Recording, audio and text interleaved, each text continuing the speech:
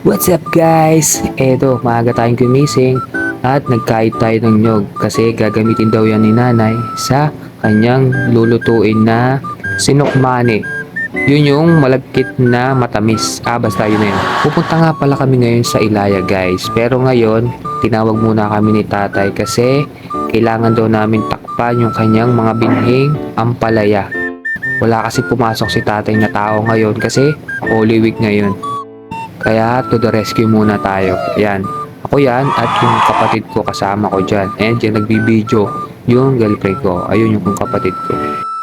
Hindi naman tayo bago sa gantong trabaho guys. Kasi sanay tayo sa mga ganito. Ng mga bata pa kami. Kami rin mga gumagawa nito. Ayan. Tinatakpan lang namin yung mga binhi ng apalaya. Kasi mainit ngayon at baka mamaya matunaw. Yung ginagamit namin pantaklob is bunot ng nyog. Yan yung magiging itsura niya kapag natakloban na yan. Hiwa-hiwalay yan. Kasi lalagyan pa yan ng mga tulos. Yun yung padulayan niya.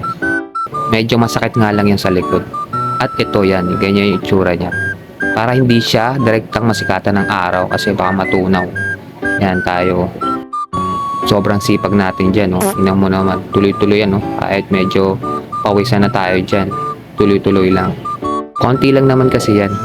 Kaya ito, dinaan ko na rin yung babuyan. Pinakita ko lang sa girlfriend ko yung mga alagang baboy nung kapatid ko. Ayan, ang dami nila. Oh. May mga biik pa. Buti na lang tapos na magpaanak yung kapatid ko dito sa kanyang mga alagang inahin. Ito, dahil mainit nga, tinanggal na namin yung mga tarapal kasi mainit na sa baboy yan pag ganyan. At ito, umuwi na kami ng girlfriend ko. Ready na kami papuntang Ilaya. Ito na kami, sila tatay. Kasama ko na, nagbaba na kami ng mga gamit papunta dun sa paradahan ng bangka. Ito, tinulungan na kami ng kapatid ko at ng kuya ko. Yan, pangalawang balik na namin to, paahon to, kaya hingal kalabaw talaga. Ito na yung paradahan ng bangka, magsasakay naman kami dun sa mismong bangka. Medyo marami na yan guys, pero wala pa yung gamit dyan nila ate at kuya. Sa amin pa lang yan, medyo marami na. Kaya ilang balik ang magiging aryada dito ni tatay. At ito, bumiyahe na rin kami. Kami yung last batch na inatid ni tatay. Namiss kong pumunta dito, ilang months din nung huli akong pumunta dito. Kaya yan, sobrang namiss ko. Buti na lang maganda yung panahon. May enjoy namin yung bakasyon namin dito.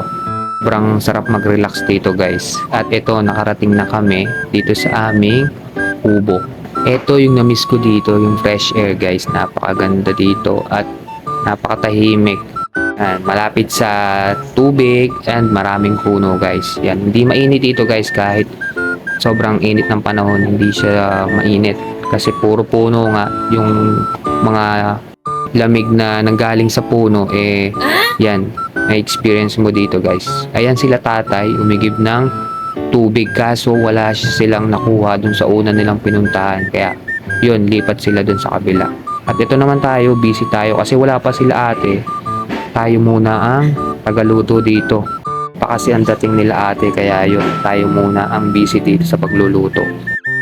Yan, ang recipe natin ngayon ay piniritong tilapia kasi bawal na tayo magkarne guys. Ayan, tayo na rin ang tagahugas dyan.